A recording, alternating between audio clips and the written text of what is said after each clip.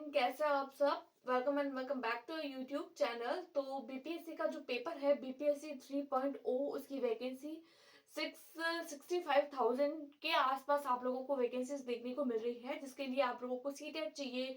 कौन कौन से एग्जाम के लिए सीटेट चाहिए, क्या क्या आप लोगों की क्वालिफिकेशन होनी चाहिए बीपीएससी 3.0 के लिए, अगर आप लोग प्रिपेयर कर रहे हैं या फिर फॉर्म फिल करना चाहते हैं, और इस एग्जाम का पैटर्न क्या रहने वाला है, उस इन इन सब बातों के बारे में आज की वीडियो में मैं जो है वो डिस्कस करने वाली हूँ। आई होप आप लोग जब ये इस वीडियो को एंड तक देखेंगे तो आप लोगों के माइंड में बीपीएससी को लेकर जो भी कंफ्यूजन होगी, इसके एग्जाम पैटर्न को लेकर और आपके एलिजिबिलिटी क्राइटेरिया को लेकर, तो वो सारे कंफ्यूजन आज की वीडियो में आप लोगों के क्लियर हो जाएगी। तो चलिए बिना किसी देरी के वीडियो को स्टार्ट करते हैं।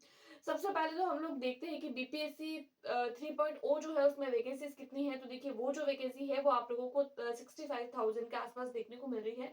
इससे पहले जो है वो बीपीएससी अपने जो है वो दो जो है वो एग्जाम्स करवा चुका है, बीपीएससी 1 और बीपीएससी 2।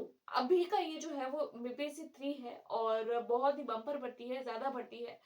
तो फिर जो जो भी कैंडिडेट इंटरेस्टेड है, तो मार्च में पेपर है, आप लोग फॉर्म फिल कर सकते हैं। 15 तारीख के आसपास आप लोगों को फॉर्म फिलिंग देखने को मिल जाएगी। अब कौन कौन से ऐसे कैंडिडेट है जो फॉर्म फिल करने के लिए एलिजिबल हो सकते हैं, तो देखिए आप लोगों को यहाँ पर जो है वो 4 तरीके की कैटेगरी देखने को मिलती है। फर्स्ट आती है फर्स्ट क्लास से लेकर 5th क्लास तक।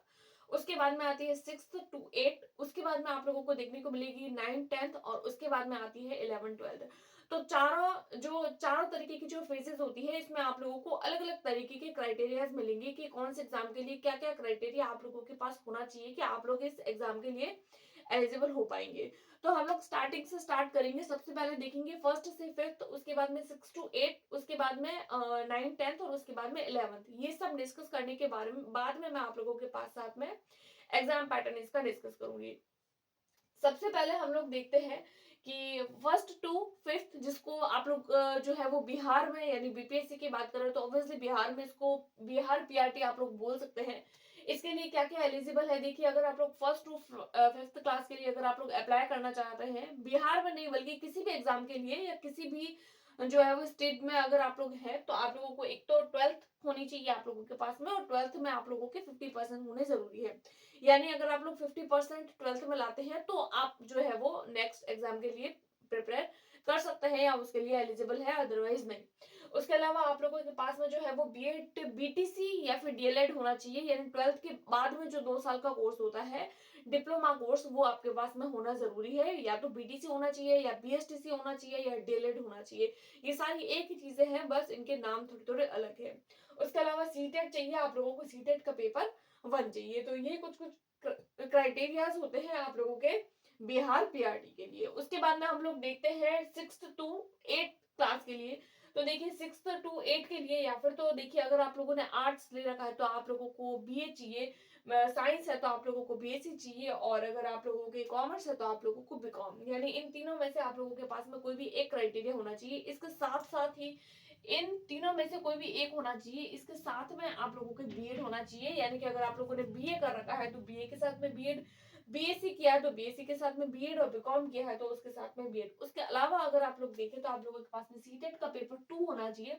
अगर आप लोग सीटेट का पेपर 2 क्वालिफाई करते हैं तो आप 6 to 8 के लिए एलिजिबल है।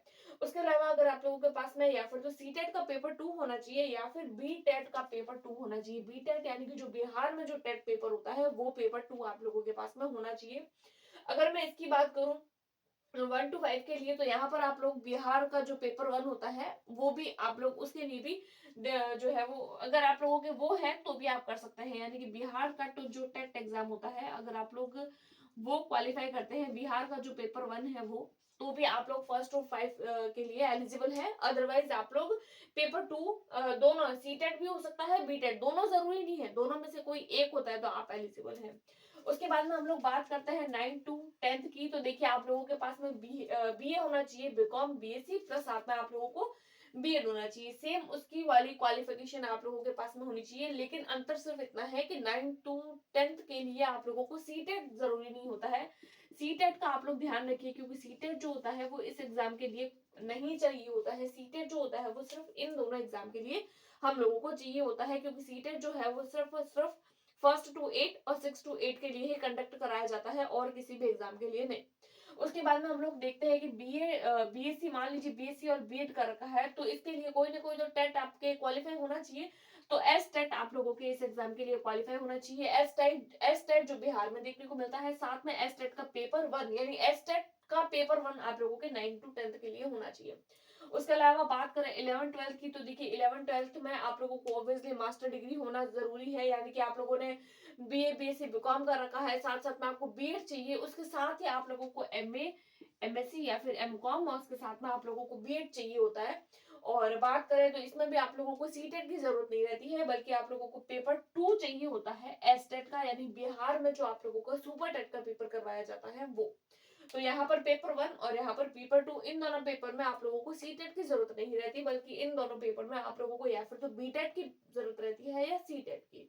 राइट, तो ये हो गया आप लोगों का कुछ एलिजिबिलिटी क्राइटेरिया। अब हम लोग डिस्कस करेंगे इसके एग्जाम पैटर्न के बारे में।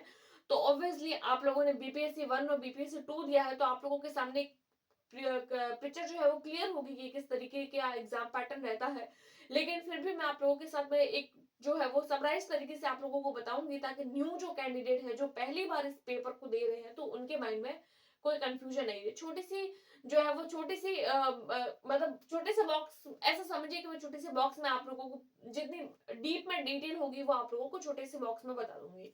तो यहाँ पर हम लोग देखेंगे, देखिए पेपर पैटर्न इसका क्या रहता है।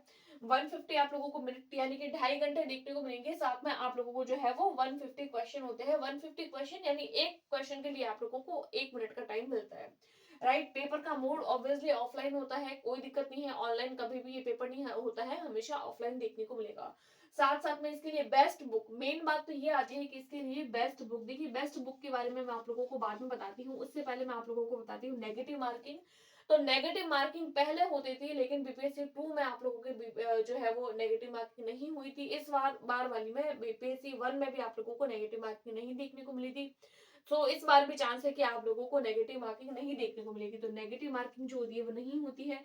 और बात करते हैं अदर स्टेट की, इन दोनों के बारे में, इन दोनों चीजों के बारे में, बेस्ट बुक और अदर स्टेट के बारे में मैं आप लोगों के साथ में थोड़ा सा डिटेल में जाऊंगी। देखिए अगर आप लोग किसी भी स्टेट से है, चाहे आप लोग राजस्थान से है, पंजाब से है, हरियाणा से है, किसी भी अगर आप लोग स्टेट से बिलोंग करते हैं, तो आप लोग बीपीएससी के लिए एग्जाम दे सकते हैं। बस आप लोगों के वो क्राइटेरिया हिट होने चाहिए जो मैंने अभी आप लोगों को बताए हैं। पेपर वन के लिए जो चाहिए, अगर वो आप उसके लिए एलिजिबल है, तो आप लोग जो है वो जरूर इस फॉर्म को फिल करिएगा।